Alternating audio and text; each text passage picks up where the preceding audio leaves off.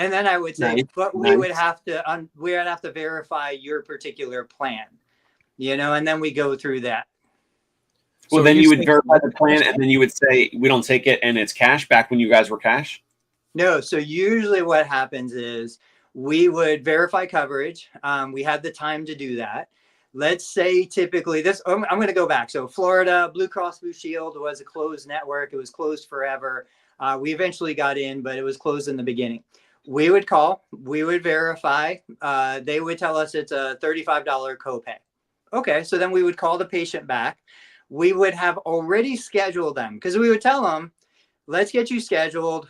Before you come in, I'm going to call you back with all the information so you can make an educated choice.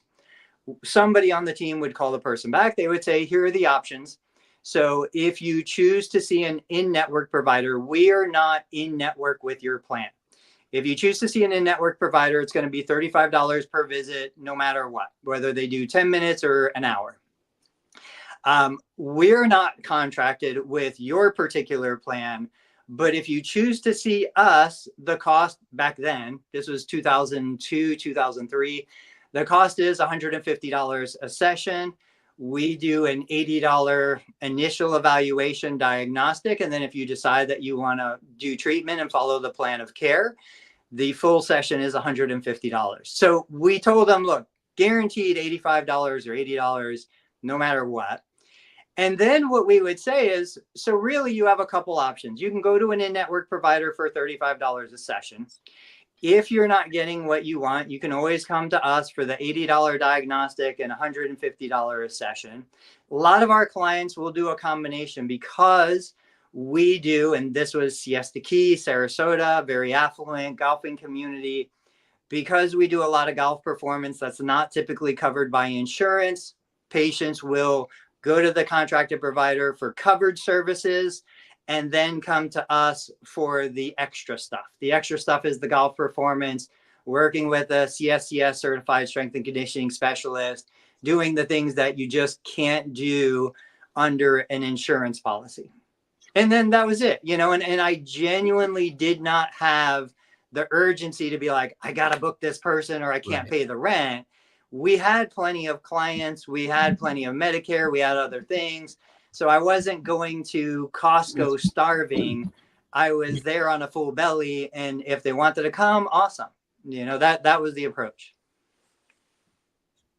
Got it. So for this payment question, this payment section of the call, on the front end, when someone calls into our 24/7 answering service, those agents read through a brief little, not even a script. I mean, it's just like bullet points. And one of the questions that they ask our callers is, so Jimmy, are you looking to use your insurance, or will this be private pay? Now, it's the way Jimmy framed it from the ChatGPT. Obviously, that's framed better, and that I'll have to consider. But it is actually asked on the front end of the, collecting the lead, collecting the prospective patient contact information, all that, kind of gauging their level of seriousness. Are we preliminarily the right fit? Potentially the right fit. They ask that. So then when we get the email and text about the prospective patient, we already know, like, did they say Medicare? Did they say, I don't have insurance? Did they say, I have Cigna, or I have United Healthcare and I'm only looking for in-network? Sometimes people say that, or they'll say, yeah, like, I have whatever insurance, but if you guys don't take it, like, how much is it out of pocket? So we start to get some of those, we get a little bit of understanding before we even call them back. Understood. This fourth question would only be asked if they answered. So question 3, just to review, we offer both insurance and direct pay options to make sure you get the best possible care. Which approach do you feel would work best for your situation? This question would be a side road if they said, I'd like to use my insurance, or I'd like to see what that is. Can you share your insurance details with me so I can check if we're in network? And if not, would you be still open to discussing our direct pay options? So it's a double down on that.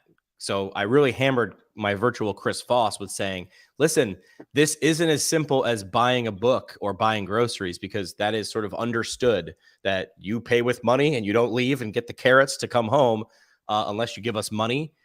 And so it's sort of understood that. And that's why it used 40% of its questions on this, like doubling down on this to insure. So thoughts on question 4, can you share your insurance details with me so I can check if we're a network? And if not, would you be open to discussing on direct pay options?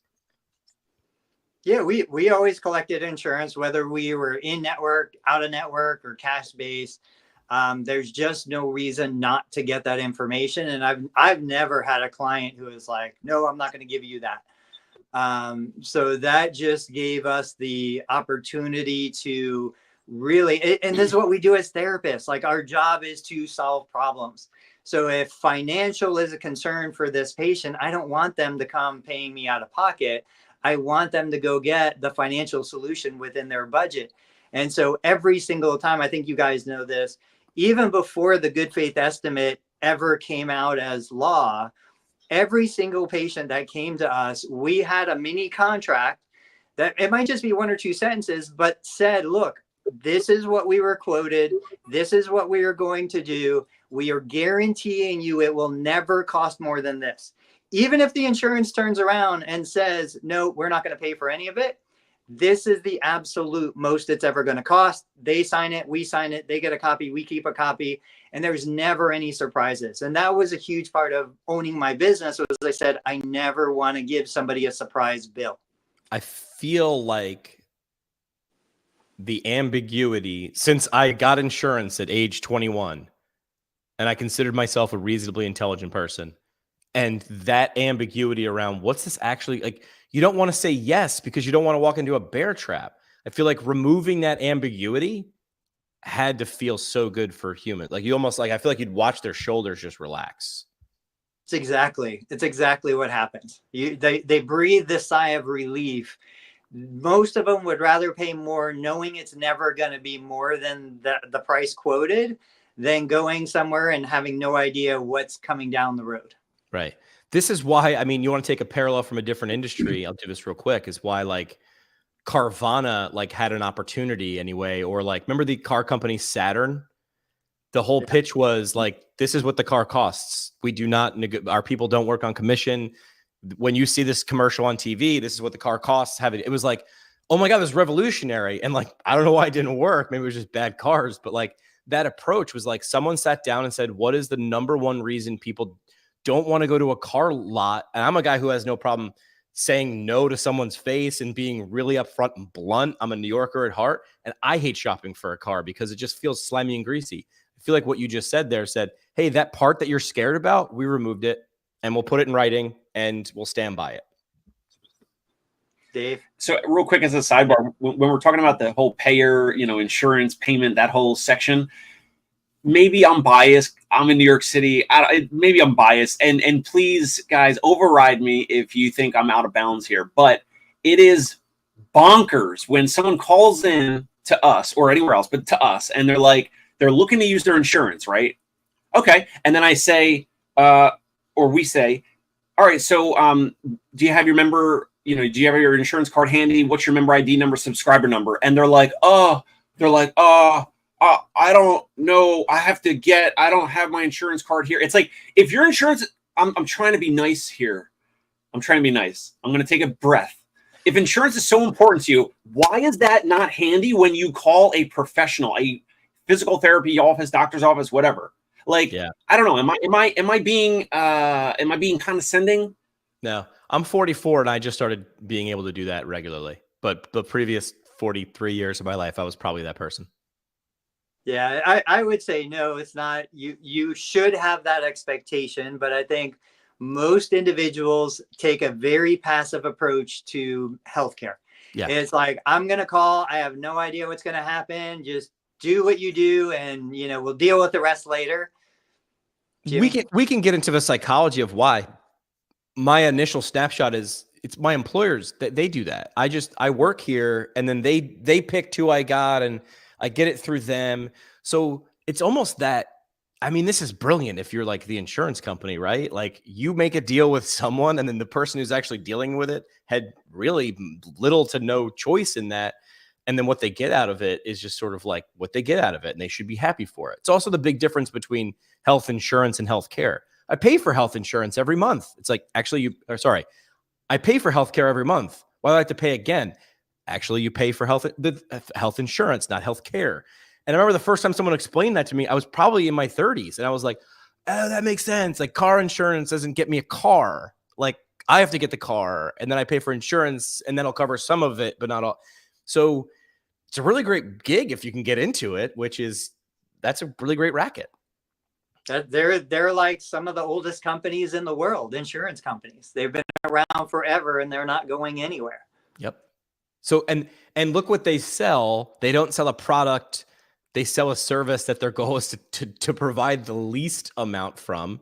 But what they actually sell, what they really sell is an emotion, right? I'm covered. I sell insurance coverage, right? Like, how great of a, we all want to be covered. Are you covered? I got you covered, bro. Don't worry about it. Last question, 5 essential questions for your first call. Remember, I'll give you a quick recap. One was, can you tell me more about what's going on and what you're hoping to achieve with physical therapy? I cheated. I put 2 questions in one, but I can do that because I'm in charge. So that really gives you scope. Is this person right for me? Like, it's a wash in, wash out question. 2, what's most important to you in your treatment and recovery? This is a cheat question again. Tell me what words you want me to say. If you're the right person, I'm going to reiterate back to you, yes, I do that. Or, you know what? No, I can't actually do that. I'll refer you out. 3 and 4, where we offer both insurance and direct pay. Which approach do you feel will be best for a situation?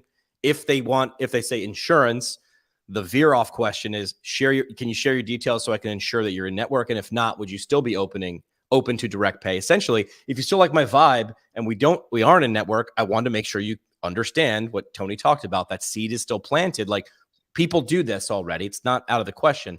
The final question, according to virtual Chris Voss, being my script writer for everybody, is a close. I don't want this to be a 20-minute conversation. I want this to be 15 minutes, maybe 10, maybe 5. So this is a close. This is like, got it. Don't bring in buyer's remorse. Get them sealed and off and booked. Question 5. Given what we've discussed, does our approach sound like a good fit for what you're looking in your treatment? This is, you're on the end of a diving board. It's ish or get off the pot. It's dive or get off the board. We got stuff to do, and I'm going to lock it in. Thoughts on the close? We'll go with Dave because Tony has left the building. Can you repeat the question again, the number 5? So after you've gotten all the questions answered, given what we've discussed, Dave, does our approach sound like a good fit for what you're looking for in your treatment? I'd also add, and when can we book you? Obviously, it's a very direct close type question. I like it. I'm trying to, like, there's some other things in between. Like, I would be asking throughout these other 4 or 5 questions, I would be asking, like, when they say something about they're looking to use their insurance or payment, or they were looking from question 2 or 3, like style of treatment or, care and whatever. I'd be asking like those secondary questions of like, oh, interesting. So like, why is that important to you? Like, I would be, of these 5 questions, the one thing that it's missing is like the emotional triggers, and the emotional triggers of like, why is that important to you? Like, why is it important to get in-home physical therapy for your father? And like, I need you to say something like, I want my father around as long as possible. My family member, I want them to, have longevity. I want them to, get to their 80th, 90th, 100th birthday, whatever. Like, and so like, oh, why is that important to you? Whatever, family trips, like, I want to dig into that. And then I want to use that back in the conversation. The last question for number 5 here is great as a direct close. Like, it's directly asking them. But in some cases, I think, and I would love to hear your feedback and Tony's feedback, but in some cases, you'll know on a call if someone's ready to rock and roll and schedule. Like, they're like saying, all right, so yeah, that's the $250, whatever, like, fine or no. Like, it's either like you already know they're in or out, and they're really saying like, how soon can we start, before number 5 question, if that makes sense. That's fine. Yeah, because if speed to begin is the thing, then you know that. I don't know. Do you need to know their emotional, like, do you need to know 3 levels deep on the phone call? Tony, what do you think about that? Yeah, it's, I'm not in that world anymore. So, to me, I everybody calls expecting to be scheduled. Everybody calls expecting to be seen. They're not even thinking about cost. And the ones who do, we can talk about it a little bit, but the cost is generally going to be minimal. Now, I think this is where you build the business that you want to be in. You build the process, you build the structure. So could I be all cash pay and just sell premium service? I could, but I don't really want to. That's a lot more work for me. It's a lot harder to do what Dave is talking about, which I do think when somebody is going to commit to a high ticket, interaction, yeah, you need to get them feeling like I'm making the right choice. This is the best thing for me, my mom, my son, whatever. For me, it's just everybody calls ready to sign up. Like I don't have a conversion process that I need to go through. So I'm just not in that world. Well, yeah, yes, they're looking to call. They're calling in. They're looking to schedule and book, with the assumption that the place takes their insurance. Right. Yeah. So when someone calls, here's an example. I wish I could bring her on. In 2020, I had a woman call in about her father's in-home physical therapy. She was calling, hey, do you guys take Medicaid? I remember distinctly the phone call was like 35, 40 minutes long. We talked. I built rapport. I went into the emotional triggers. It was not a rushed phone call. She was calling around physical therapy places looking to use her dad, so her dad could use his Medicaid, which is basically like no cost out of pocket. Eventually, I don't have the dollar amount in front of me, but the last time I remember looking at it in our credit card processor, they spent over $10,000 with us. Now, they obviously had a ton of in-home physical therapy visits. They loved the service, all that. Her whole intention when she was calling around was trying to find an in-home physical therapy practice that took her dad's Medicaid. Not only did we not take the Medicaid, but we're, a little bit more on the more expensive premium side of the cost of in-home physical therapy. Right. That person had no intention that day to even consider a place that they would be paying, spending, or investing $10,000 over time. So that is why I believe these calls should be open-ended. They should not be 15 minutes if they need to be 20 or 25, because someone's calling around, they're looking for one thing, and at the end of the call, they're making the decision, their own volition, to go like 180 degrees differently, right? So that would be like if we were looking for a car and we're calling around to buy a new car dealership, you have this car, but by the end of the call, they sell me like an F-150 truck or something, or a motorcycle, something that's like kind of similar, but like different from what I was looking for. Yeah. So maybe these questions are more like I said, milestones or guideposts. Like they need to be in there. You can put other stuff on top of them, but some of these elements need to be in there. Like I said, using Chris Voss's example, I thought maybe, even hearing what you're saying, Dave, feels like it was a good one because it allows you to stop at like question 2 and go, help me understand that, right? Voss is great. Help me understand. Or it sounds as if that labeling element, it sounds as if this, like, can I get confirmation on that? That's what you're really saying is, can I get confirmation on that? Or I want you to disagree with me, but disagree with me now so I can understand, so we don't get too far down the line before I'm wrong. So it might not be the only, like, we're not going to hold a gun and say you can only ask 5, but the elements in those 5 probably need to be in there somewhere. And I think these 5 are great. I have other secondary questions. I do need to start recording these calls. I do want to take Tony Maritato's suggestion and record even my side or my team's side of the phone call.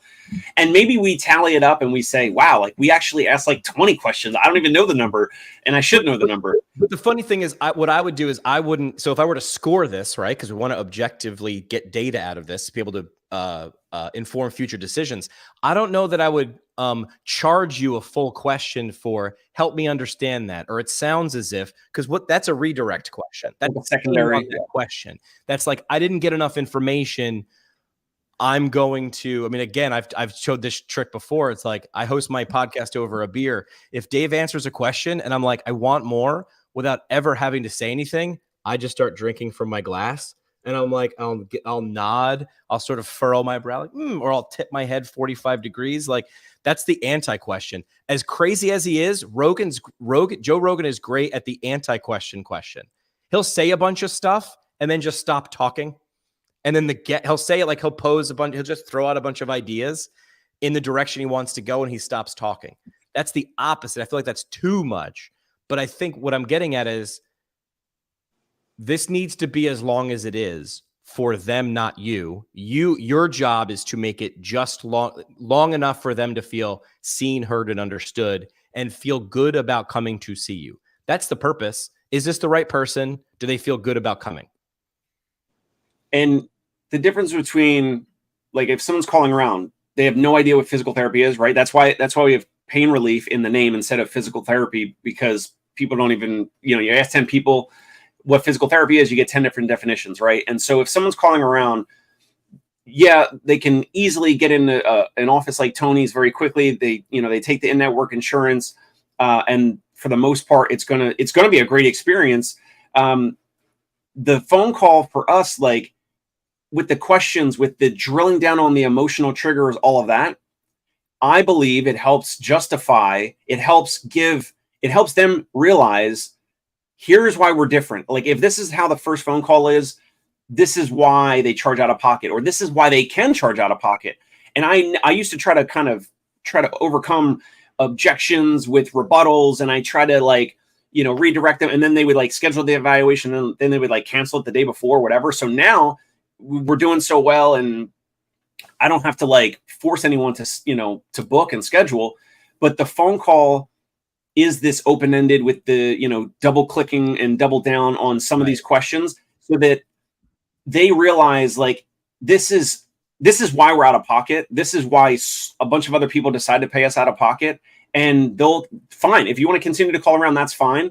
They will realize if they call 3, 4, 5 places, right, we have a significantly different phone call process than most other places. So that'll shine through. And then that person will be like, well, okay, that's why they charge, $300 a visit. I get it. This is the parallel in the rest of the world is why, when you're single, no one wants to talk to you. And as soon as you get a girlfriend or get married, you are the most popular person on the block. They didn't change. You did. You're being more thoughtful. Like, you don't have to, there's no pressure here. It's like, listen, I'm here for you. And so your shoulders are nice and loose. And that's why, when you're single, you can't get a date. Maybe that's just me. Maybe that's why I'm the only single guy on this show. But when you're single, you can't get a date. When you got a girlfriend, you got people, giving phone numbers left and right. Closing thoughts for the questions. Again, I do not think this is the end or be all, but I think people should probably practice it a lot more than maybe they do, myself included. And I again, this came back to why I think Dave definitely needs to record this. And so do you listening.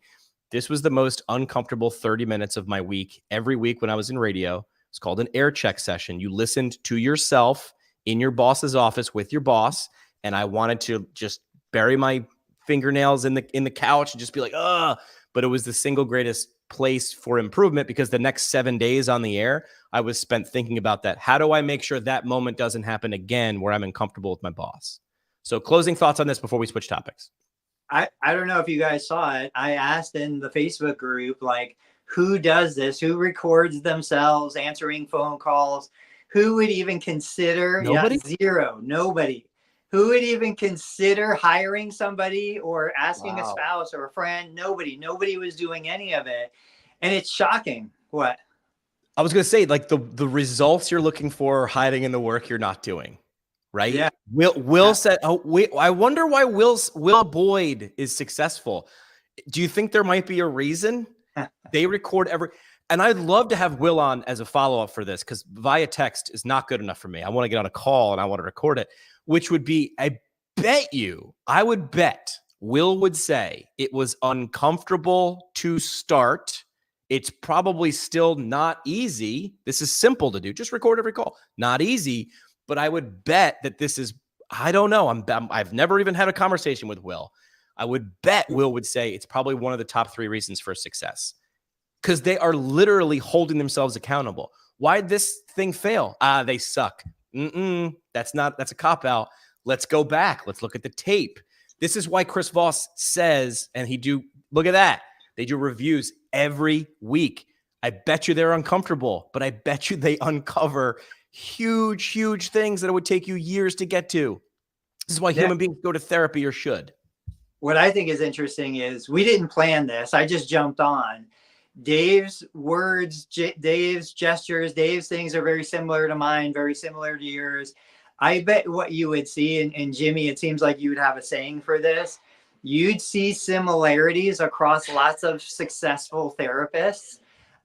You know, even though none of this was discussed or prearranged or even learned. Now, I do think somebody needs to create this kind of continuing education course.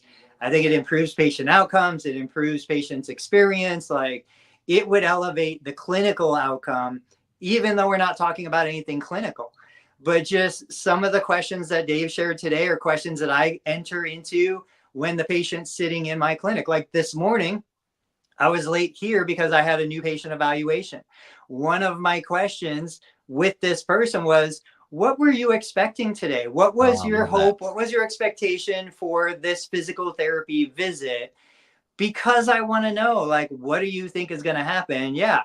And Dave uses that question on the phone. And then again, when I'm face to face with a patient, we'll talk about not just their goals, like, oh, I want to play golf, but it's like, why? Why is that important to you? Why is that goal important? Why haven't you been doing that already? Why do you think you haven't achieved that yet? You've seen a lot of smart people before you got to me.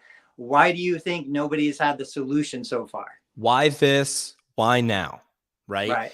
My only thing is my one caveat. The reason I sort of like did this little exercise, and again, I'm not saying this is perfect, but this is why we do it, and we do it in public, is I think there's a point when you're asking too many questions too soon. You know what I mean? Like, there's a good order of questions, right? We would never ask them a super detailed question without asking a macro question.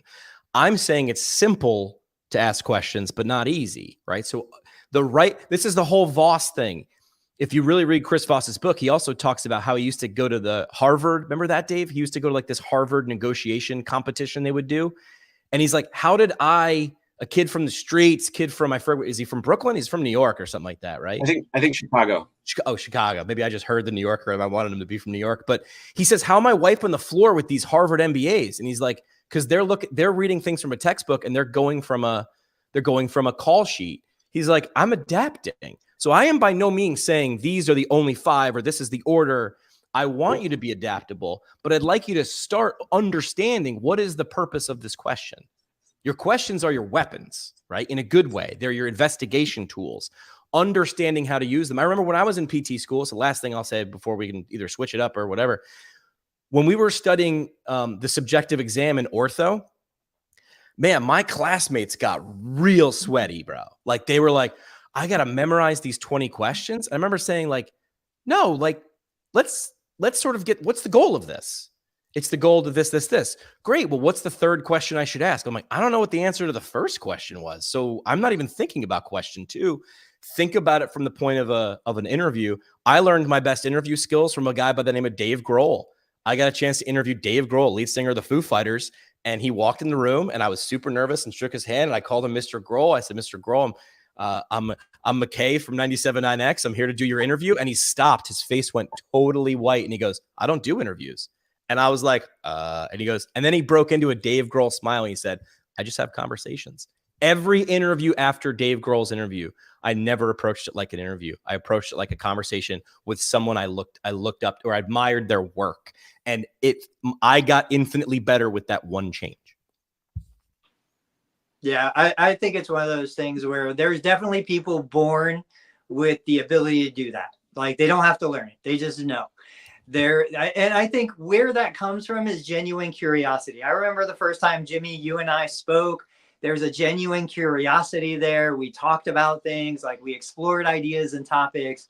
I've always been surprised. Like, I'm a creative at heart. I grew up, my parents were musicians and creators, and I went to a fine arts school. But even with that, like, I've just always been a curious kid. And I look at my 4 boys and they're curious kids in the group, and they're kids that just want to follow, they want to color in the lines, you know? And I think PTs by nature, we tend to attract a therapist they want the answer. It's black and white. It's yes or no. What are the steps? What's the process? Give me the recipe and I will follow it. But something like this, I agree with you. It's like, we need to get the first word out. Get that first word out, and then it'll just go from there. Which I think the best thing any of us could do is record ourselves. I'm in the clinic, like bring people with us. Look, take a look. Even if you hate how I treat a patient and you think, well, he didn't do an upper quarter screen and how's he assessing neuro and he didn't do reflexes, and I don't care. You could hate everything I do. You'll still learn maybe things you don't want to do because that's what Tony did. But like, just listen to how I respond, listen to the things that I say, listen to what they told me and why I replied this way to that person and a different way to a different person. We could learn so much, but we don't do it still. Yeah. If I had to attribute one single attribute to success in my life, no matter what, if you think I'm successful or you think I'm an underachiever, it's curiosity. I think persistence only comes from curiosity. It's easier to persist if you are genuinely curious. This is why I've done close to 2,000 interviews. It's not because I saw success on the other side of interviews. I saw success in the interview. I was like, why do I interview people in and out of the profession? I'm like, I sort of like talking to people. Yeah, that's how I get what I get. The reason I get there is curiosity. Like I genuinely like talking to people. All right, so this is a good starter. I feel like we could come back to this in a couple weeks or months and say, okay, like I tried this out, or I'd love to hear from people who got a nugget out of this. Even if it disagreed, like Tony said, even if you're like, that's a dumb order, I would do it this way. Go do it, but you got to bring me the receipts. You have to be recording this, which then, of course, leads to the step of what you're talking about, like things like HippoScribe, which would be like, oh, you're a good clinician? Show me. Like, are you recording it? Are you paying attention to it? Where was the disconnect? Or the only way we improve, what is the line? What gets measured gets improved. What gets measured gets done. Yeah. Gets accomplished, gets done. Do you think we have time to talk about BarkBox? Not BarkBox. No, that's let's save it. No, that needs like a majority of an episode because that is new patient marketing. Tony's gonna love it, and I sent screenshots of like with the people looking for PT or massage or whatever. So, but Tony, like for reference, we started the episode. I was in bed when I was reading Dave's screenshots, and he's talking about like finding patients on Bark.com. And you know me, I like curiosity, and I'm like, oh, he's thinking outside the box because I thought Bark.com was to find pet sitters and pet walkers. Yeah, I was like, right. If I'm hiring a pet sitter, maybe I'm not walking my dog because I got knee pain. I'm like, I don't know, man. I feel like that's a lot of work. I like your approach because those are my ideal clients because that means they're outsourcing things. They have like a dog walker, they have a babysitter or whatever. That means they usually have discretionary income. They're spenders and and time is their biggest asset. So those kind of are my ideal clients, but we're not going that many levels deep. Right. That's too inefficient to like sort through all that. Right. All right. So we've got less. Go ahead, Tony. I'm going to step out because I've got people waiting on me, but I do want to say for next week, I don't know if it was you guys or it was a podcast I saw. Somebody was talking about going on Tinder dates, and then turning those dates, usually failed dates, into customers or clients for whatever they were selling.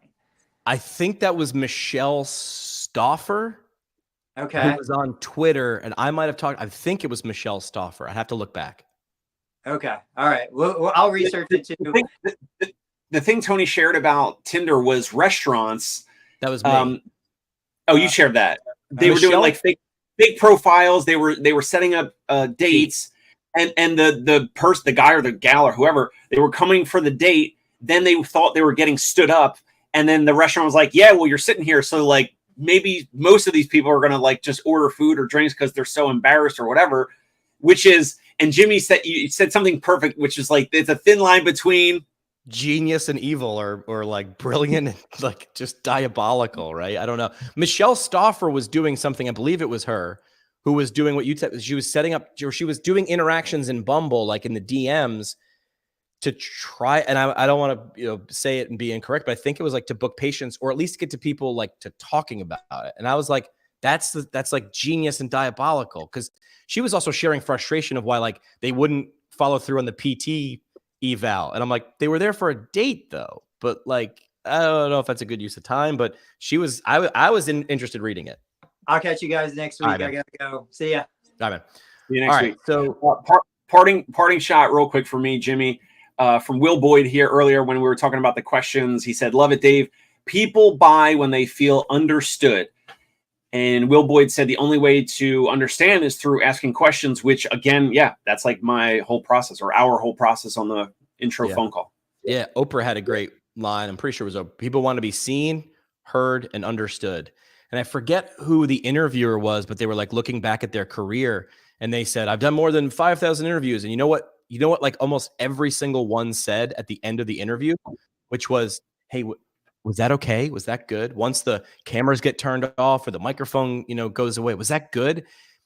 People are still sort of performing, even when they're super relaxed and they're used to being, interviewed. They understand that they're interacting.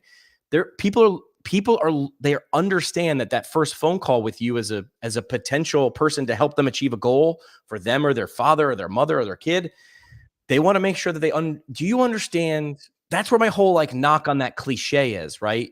People don't care how much you know until they know how much you care. I don't think people care how much you care. They might later. They want to make sure, do you understand this? Have you helped other people achieve this? Or is this your first rodeo? Like, do you understand this? Yes. Okay. Oof. Then you understand me. And then I am comfortable to take a step forward and move closer to this. I agree. All right. Bark.com on Tuesday. That's what we'll be back with. I can't wait. New patient marketing. Patient marketing has nothing to do with dogs. Not a whole lot to do with dogs that we don't think. All right, guys. We'll see you. We'll see you guys next week. Subscribe on all the socials or do whatever the influencers say. See ya.